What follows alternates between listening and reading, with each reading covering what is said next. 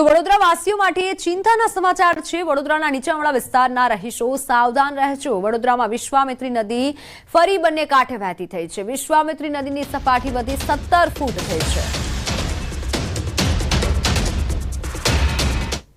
જો તમે વડોદરા શહેરના વડસર, તલસટ, જાંબવા સહિતના જે વિસ્તારમાં રહો છો તો તમારે ચેતી જવાની જરૂર છે, કારણ કે જે વિશ્વામિત્રી નદીની જળ સપાટી છે તેનું સ્તર છે તે સતત વધી રહ્યું છે। ઉલ્લેખનીય બાબત છે કે ઉપરવાસમાં સતત વરસાદ વધી રહ્યો છે। તો બીજી વડોદરા શહેરની વાત કરીએ તો વડોદરા શહેરમાં પણ છેલ્લા 3-4 દિવસથી વરસાદી માહોલ જે છે તે જોવા મળી રહ્યો છે, જેની સીધી અસર જે છે તે વડોદરા શહેરના મધ્યમાંથી પસાર થતી વિશ્વામિત્રી નદી છે તેના પર જોવા મળી રહી છે।